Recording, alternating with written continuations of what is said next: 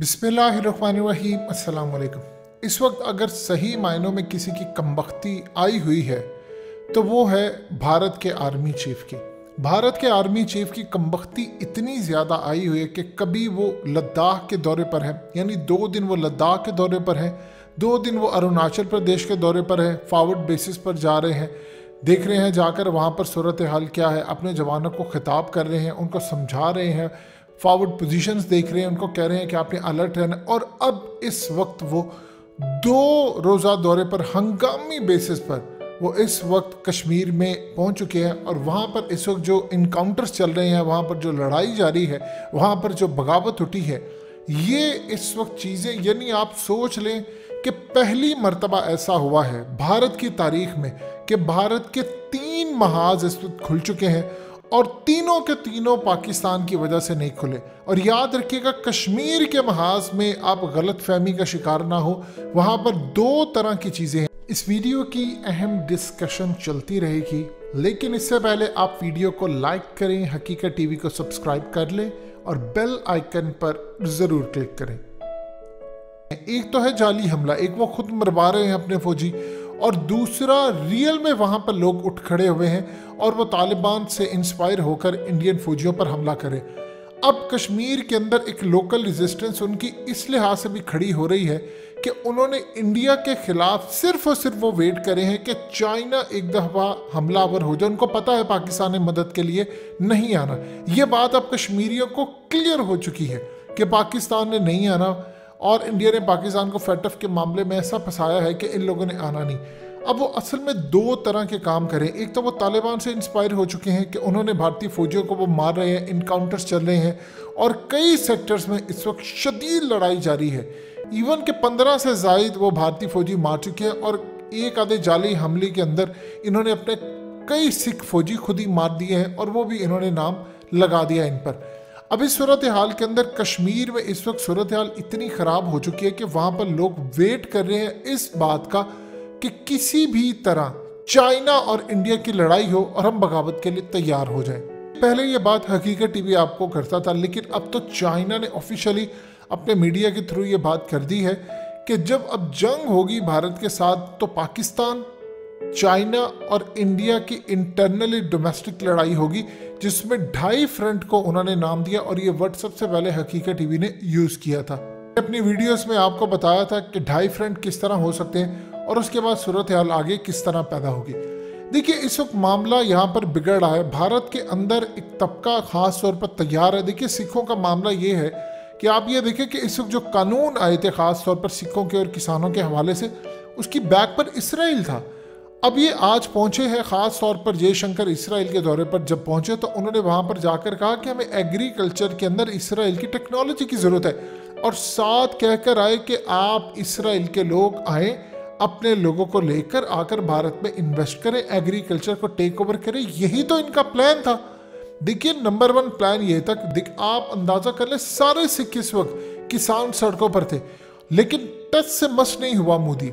वो डटा रहा इस चीज़ पर कि मैं किसी से और पीछे नहीं हटूंगा, क्योंकि अगर मैं हटा तो आर्टिकल 370 मुझे रिवोक करना पड़ेगा और 35A। अब सूरत हाल ये है कि इसराइल का पहला प्लान तो कामयाब हो गया, उन्होंने लॉस तो चेंज कर ली। अब आ रहे हैं इसराइल के लोग। अब ये जानबूझकर ओपनली ऐलान किया जाता है कि हमने इसराइल को दावत दी है कि उनके लोग आए, इन्वेस्ट करें एग्रीकल्चर में। अब जो सूरत हाल ये पैदा होने वाली है कि इसराइल के लोग आ रहे हैं।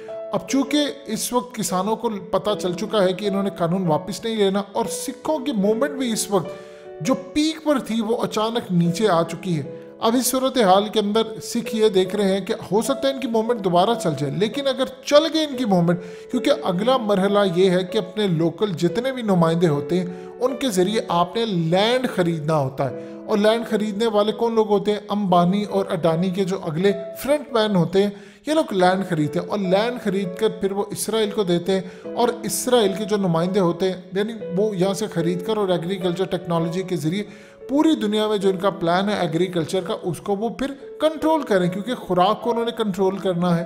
ये असल में भी एक बगावत है कि जो खड़ी हो जाए। देखिए, लोग अपनी आबाओ अजदाद की ज़मीनें नहीं बेचते, लेकिन जब आप उनकी ज़मीनों को इस तरह नुकसान देंगे, लॉस को ख़राब करेंगे, और दूसरी जानिब लोग वहाँ पर अपनी फसलें जला रहे हैं, उनके पास कोई दूसरा रास्ता नहीं है, तो इस पूरी सूरत हाल के अंदर हर तरह से भारत का इस वक्त महाज खुला हुआ है। उनका इंटरनली लद्दाख, कश्मीर, अरुणाचल प्रदेश और इस पूरी सूरत हाल के बाद उत्तराखंड उनका एक महाज है। ये सारे महाज इतने ज़्यादा ख़तरनाक हो चुके हैं, इतने ज़्यादा मोदी के लिए ख़तरनाक हो चुके हैं कि तारीख में पहले कभी इस लेवल पर भारत को ये सूरत हाल का सामना नहीं फेस करना पड़ा। अब आप देख लें कि इस वक्त निर्वाणे वहाँ पर जाकर जवानों को कह रहे हैं अपने कि आपने लड़ना है, डटे रहना है। देखिए, लद्दाख का मामला हो, अरुणाचल हो या कोई और, वहाँ पर तो ये चाइना पर इल्ज़ाम नहीं लगा सकते कि आपने यहाँ पर हमले करे। वहाँ तो जब भी चाइना करेगा ओपनली हमला करेगा।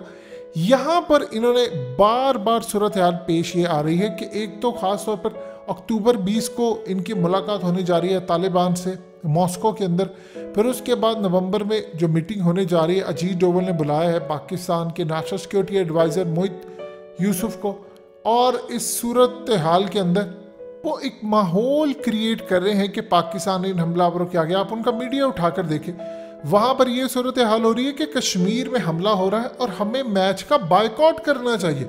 आप ये देखिए कि भारतीय मिनिस्टर इसके बाद कह रहे हैं कि पाकिस्तान और इंडिया का जो मैच है क्रिकेट वर्ल्ड कप, आप इसका बायकॉट करें और पाकिस्तान को इनके साथ मैच नहीं खेलना चाहिए कि ये कश्मीर के अंदर हमले करवा रहे हैं।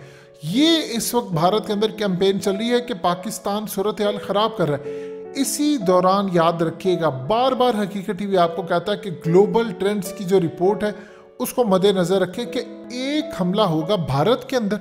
उन्होंने बाकायदा नाम लेकर कहा कि एक दहशतगर्दाना हमला होगा।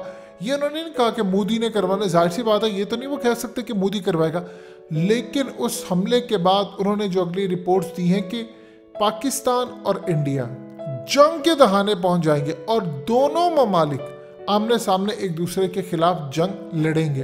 बताया कि जंग इतनी ज़्यादा ख़तरनाक होगी कि इर्द गिर्द का माहौल इतना ज़्यादा ख़राब हो जाएगा कि कई ममालिक इस जंग की लपेट में आ जाएंगे। भारत को इस चीज़ का कम्प्लीटली पता है कि पाकिस्तान ने हमले के लिए नहीं आना, लेकिन 3-3 महाज इस वक्त खुले हैं और अब उनको समझ ये आ रही है कि जो माओ ने पॉलिसी जारी की थी कि जिसमें कश्मीर अलग करना था, जिसमें अरुणाचल प्रदेश अलग करना था, लद्दाख अलग करना था, उत्तराखंड अलग करना था, अब उनको ये समझ आ रही है कि कश्मीर को अलग करना चाइना का भी ख्वाब है और चाइना कश्मीर को जब अलग करेगा तो वो इसको अपने स्ट्रेटेजिक पॉइंट ऑफ व्यू से देखेगा। यानी यहाँ पर चाइना चाहेगा कि वो फोर्सेस हैं। इस वक्त सूरत हाल ये है कि कभी जब वो पाकिस्तान की फोर्सेस का इंतज़ार करते थे कश्मीरी, आज वो चाइना की फोर्सेस का इंतज़ार कर रहे हैं कि जैसे ही चाइना इंडिया का कोई कॉन्फ्लिक्ट खड़ा होता है तो वहाँ से रेजिस्टेंस शुरू हो जाए और वो भारतीय फ़ौज के खिलाफ लड़ना शुरू कर दे। याद रखिएगा, अगर चाइना से लड़ाई होती है भारत की तो भारत को फिर कश्मीर से फ़ौज निकाल कर लद्दाख और दूसरी साइड पर डिप्लॉय करना पड़ेगी, क्योंकि वहाँ पर फ़ौज की तादाद कम हो जाएगी। और ये भी पॉसिबिलिटी है कि चाइना के पास ऐसी टेक्नोलॉजी है कि वो एक ही वक्त में बहुत सारे भारतीय फौजियों को मार दे। यानी पहले तो आपने देखा था सैकड़ों की तादाद में है, अब पॉसिबिलिटी ये है कि अगर बड़े लेवल की जंग हो तो वो एक ही झटके में कोई radio waves, direct energy weapons या कुछ भी हमला करके वो भारतीय फौजियों को मार सकते हैं। इनकी तादाद कितनी होगी ये तो आने वाला वक्त बताएगा।